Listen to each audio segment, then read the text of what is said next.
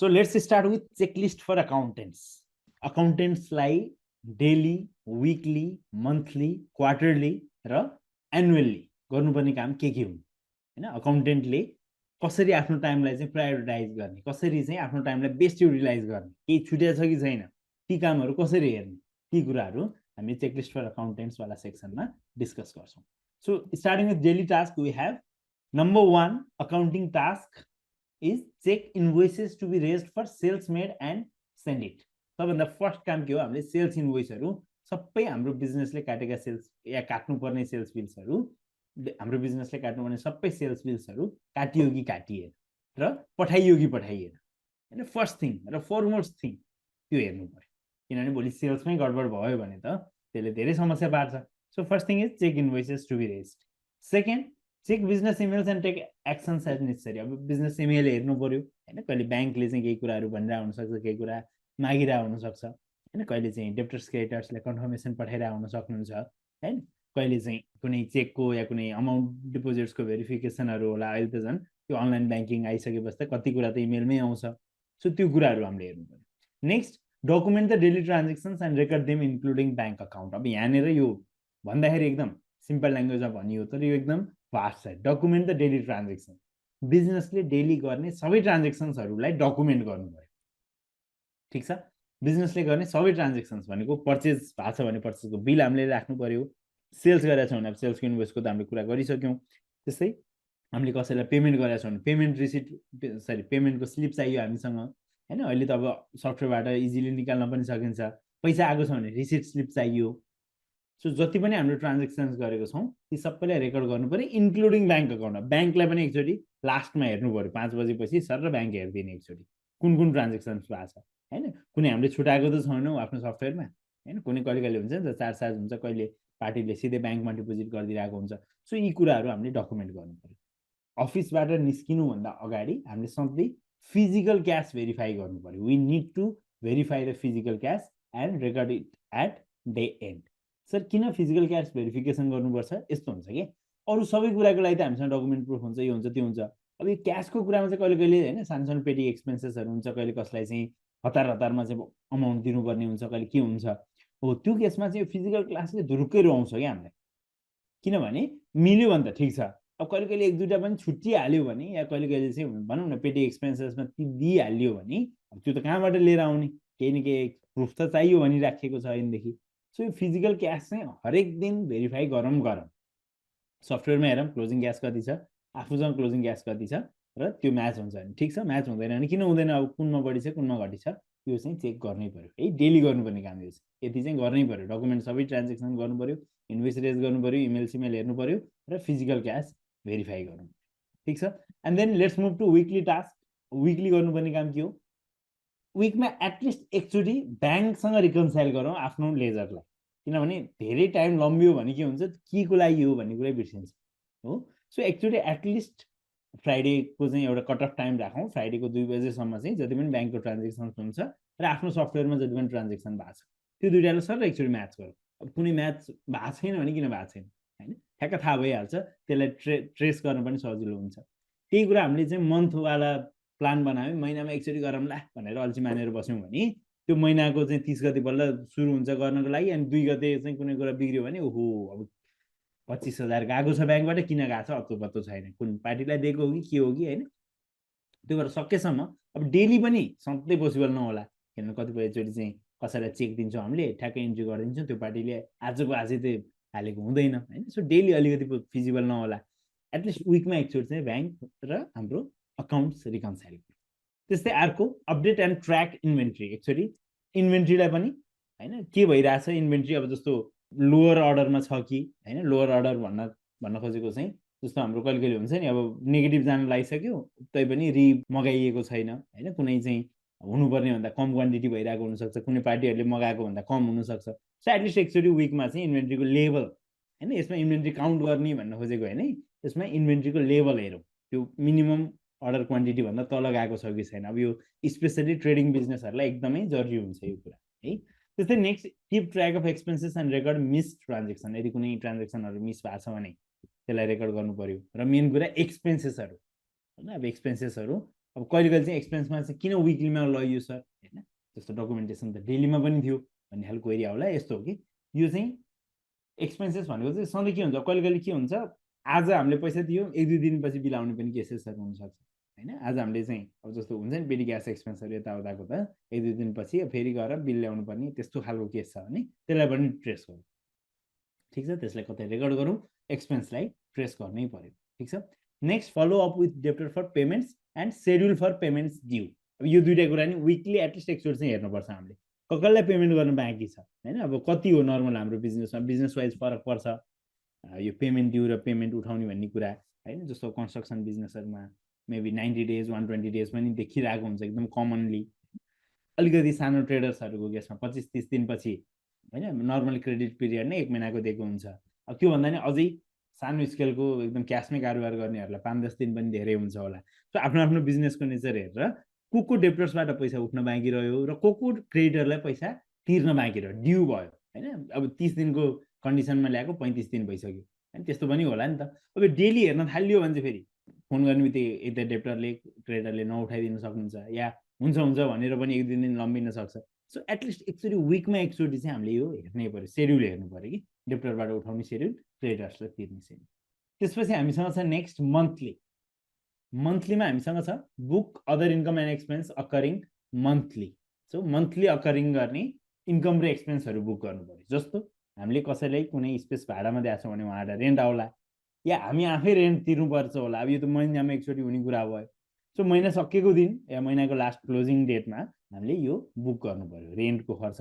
त्यस्तै इलेक्ट्रिसिटी महिनामा एकचोटि गर्नै पर्यो हैन। अब कुन कन्डिसनमा हुन्छ, हाम्रै नाममा बिल आउने भन्ने कमै केस होला, मिटर रिडिङ गर्ने यति इलेक्ट्रिसिटी एक्सपेन्स भएछ भने ट्याक्क रेकर्ड गरिदिइहाल्ने हैन। त्यस्तै अब रेन्टल इन्कम यसमा लेखिहालियो। वाटर साटरको पनि हुन्छ होला 100-200 रुपियाँ पर अफिस हुनसक्छ या कहिले कहिले चाहिँ है त्यसको पनि मिटर हुनसक्छ। सो यो मन्थली हुने खालको जति पनि खर्चहरू इन्कमहरू हुन्छ नि यी सबैलाई एकाउन्ट रेकर्ड गरिदिनु पर्यो। र त्यतिमा मात्र मन्थली रोकिँदैन है, work for salary booking and payment along with SST and TDS. अब यो स्यालेरी बुकिङ पनि महिनाको लास्टमा गर्नै पर्यो। स्यालेरी गर्ने कहिले त नि भन्दा महिनाको लास्ट दिनमा। र स्यालेरी बुकिङ गर्दा दुईटा कुरा याद गर्नु पर्यो, एसएसटी एन्ड टिडिएस, ठिक छ। सो कुन इम्प्लोइको एसएसटी काटिन्छ, कुन इम्प्लोइको एसएसटी एन्ड टिडिएस काटिन्छ त्यो कुरा हेर्नु पर्यो। र पेमेन्ट कहिले गर्ने, अब पेमेन्ट त ठ्याक्क महिनाको लास्ट दिनमै नहुन सक्छ, 5-10 दिन अर्को महिनामा जान सक्छ, तर एटलिस्ट हामी रेडी भएर बस्नु। Next review debtors ageing report. अब यो डेप्टर्स र क्रेडिटर्सको चाहिँ एजिङहरू अब यो बिजनेस वाइज फरक पर्ने कुरा भयो। सो डेप्टर्स र क्रेडिटर्सको चाहिँ अब कति दिन भयो त नि नउठेको, कति दिन भयो नतिरेको हैन। अब कुन चाहिँ अलिकति डेन्जर हो, अब डेप्टरको केसमा अझै बढी सेन्सिटिभ हुनसक्छ हैन। अब पैसा नआउने डेन्जर पनि हुनसक्छ कहिले हैन, कहिले त अब अहिलेको यो मन्दीमा त भन्नै सकिँदैन। त्यो भएको भएर यो डेप्टर्सको एजिङ रिपोर्ट यदि बनाउने चलन छ भने मन्थली एकचोटि चाहिँ एजिङ रिपोर्ट चाहिँ बनाउँदा बेटर हुन्छ। त्यसपछि ट्याक्सको कुरा आउने भयो। So prepare TDS VAT returns, file them and make payments. अब यो महिनामा एकचोटि हामीले टिडिएस र भ्याटको रिटर्न फाइल गर्नु पर्यो राइट। टिडिएस एन्ड भ्याटको रिटर्न फाइल गर्नु पर्यो। सर भ्याटको रिटर्न त बुझिन्छ, टिडिएसको पनि यस, टिडिएसको पनि के हो यो महिनाभरिमा जति पनि कारोबार भयो हुन्छ अर्को महिनाको 25 गते भित्रमा टिडिएस गरिदिइसक्नुपर्ने हुन्छ। भ्याटको पनि सेम, भ्याटको त अहिले 4 मन्थ्सवाला पनि आयो, 1 करोडभन्दा कम कारोबार भएकोहरूले 4-4 महिना भ्याट रिटर्न फाइल गरे पुग्यो हैन। टिडिएसको त अहिलेसम्म त्यो पनि आएको छैन भनेको मन्थली टिडिएस र भ्याट त हेर्नै पर्यो एकचोटि र तिर्नुपर्छ भने पेमेन्ट गरिदिनु पर्यो होइन 15-10-25% पनि फाइन र पेनाल्टी लाग्छ। त्यस्तै make payment for EMI dues. अब कुन इएमआई छ कि छैन, कुन बिजनेसमा इएमआई छ त्यो बिजनेसले चाहिँ इएमआईको बारेमा पनि सोच्नु पर्यो। सर इएमआई भनेको इक्वल मन्थली इन्स्टलमेन्ट हैन। यो भनेको जेनरली ब्याङ्कबाट लोन लिएको छ हैन, या गाडी साडीको भेहिकल हायर पर्चेज लोन छ, त्यस्तो कुनै लोनहरू छ भने अब ब्याङ्क रित्तो बनाएर त बस्नु भएन नि हाम्रो, भोलि क्रेडिट रिस्कको नराम्रो होला बिजनेसको। त्यो भएर इएमआईलाई तिर्न पुग्ने पैसा हुनु पर्यो एटलिस्ट, त्यो हामीले सर्टेन गर्नु पर्यो। महिनामा एकचोटि त इएमआई गइहाल्ने भयो। Prepare the financial reports and schedule a monthly meeting with management. अब यो अलिकति मिडियम टु लार्ज अर्गनाइजेसन, अब सानो अर्गनाइजेसनमा हरेक महिना फाइनेन्शियल रिपोर्ट्स बनाउने भनेको त अलि फिजिबल नहोला। अब त्यो जसलाई फिजिबल हुन्छ हजुरहरूले गर्न सकिहाल्नु भयो। सो एटलिस्ट एकचोटि, अब यो नेपालमा बिस्तारै कल्चर डेभलप हुँदैछ, बाहिरतिर त हुन्छ इन्डियामै पनि हुन्छ, महिनामा एकचोटि चाहिँ फाइनेन्शियल रिपोर्ट बनाएर ब्यालेन्स सिट नबनाए नि प्रफिट एन्ड लस बनाएर बस्ने भन्ने चलन हुन्छ। सो जति सकिन्छ त्यति गर्न सकिहाल्यो है। सो फाइनेन्शियल रिपोर्ट्स एकचोटि बनाउने र मन्थली एकचोटि म्यानेजमेन्टसँग बस्ने, के कस्ता कमजोरी छन् हैन के कुरामा चाहिँ इम्प्रुभमेन्ट गर्नुपर्छ त्यो कम्युनिकेसन चाहिँ हामीले नै गर्ने हो कि है कसैले पनि आएर चाहिँ ल तिमी यो कम्युनिकेट गर भनेर फ्याक्ट भन्ने चलन कहीँ पनि हुँदैन तर हामीले जति पुश गर्न सक्छौँ हामीले जति चाहिँ म्यानेजमेन्टसँग चाहिँ जति कम्युनिकेट गर्न सक्छौँ जति उहाँहरूसँग चाहिँ सँगै सहकार्य गर्न सक्छौँ त्यति राम्रो एज एन अकाउन्टेन्ट भनिरहेको छु है मैले त्यो भएको भएर चाहिँ म्यानेजमेन्टसँग महिनामा एटलिस्ट एकचोटि चाहिँ म्यानेजमेन्टले नमागे पनि आफै एउटा रिपोर्ट जस्तो बनाएर ल सर यस्तो यस्तो भइरहेछ यो भइरहेछ यो पार्टीहरूले पेमेन्ट हालेको छैन यो पार्टीहरूले हामीले तिर्न सकेका छैन यो यति यतिको प्रफिट भइरहेछ यति यति मार्जिन भइरहेछ एउटा लिएर जान सक्यो होइन बिस्तारै त्यसलाई नै डेभलप गर्दै एमआइएस बनाउन सकिएला सो मन्थली गर्नुपर्ने कामहरू यिनीहरू छँदैछ त्यसपछि क्वार्टरली गर्नुपर्ने काम हेरौँ schedule payment for loan repayments and interest due and tax liability, that is advance tax. First thing, schedule payment for loan repayment and interest due. So quarterly तिर्नुपर्ने EQI वाला लोनहरु पनि हुन्छन् नर्मली ठुलठुला प्रोजेक्ट लोनहरु EQI मा पनि हुन्छन् EQI भनेको equal quarterly instalment हैन त्यस्तो केस छ भने कति रिपेमेन्ट गर्नुपर्ने हो त्यसमा कति इन्ट्रेस्ट क्याल्कुलेट गर्नुपर्ने हो हैन ती कुराहरु क्याल्कुलेट गर्नुपर्यो र त्यो एटलिस्ट त्यति ब्यालेन्स चाहिँ बिजनेसको बैंक अकाउन्टमा हुनुपर्यो त्यो कुरा हामीले एसर्टेन गर्नु हैन एन्ड ट्याक्स लायबिलिटी एटलिस्ट क्वार्टरमा एकचोटि एडभान्स ट्याक्स तिर्नुपर्ने हुन्छ पहिलो क्वार्टरमा यो असोजवालामा त परेन तर पुस चैत्र र असाढमा त तिर्नै पर्छ एडभान्स ट्याक्स सो एडभान्स ट्याक्सको लागि पनि हामीले कति तिर्नुपर्ने हो त्यसको एस्टिमेसनहरु गर्नेदेखि लिएर ती कुराहरु गर्नुपर्यो क्वार्टरमा एकचोटि at least update and reconcile physical inventory with records अब यो क्वार्टरली चाहिँ एकचोटि एटलिस्ट क्वार्टरली चाहिँ एकचोटि यो फिजिकल इन्भेन्ट्रीलाई चाहिँ बुक्स अनुसार म्याच गरौँ एटलिस्ट क्वार्टरली मन्थली फिजिबल भएन भने पनि क्वार्टरमा एकचोटि चाहिँ किनभने जस्ट इन केस कुनै मिस भएको रहेछ कुनै धेरै भएको रहेछ भने टाइममै त थाहा हुन्छ नि त त्यसले टाइममै मिलाउन त मिल्छ एकैचोटि एक वर्षपछि थाहा भयो हैन इयरली यो फिजिकल इन्भेन्ट्री काउन्टिङमा भने त त्यसले त धेरै नै दुःख दिन सक्छ सो एटलिस्ट क्वार्टरली भयो भने एरर हुने चान्स पनि धेरै नै कम हुन्छ कि एकैचोटि वर्षको चाहिँ रिकन्साइल गर्नु भन्दा at least quarterly physical stock verification गरौँ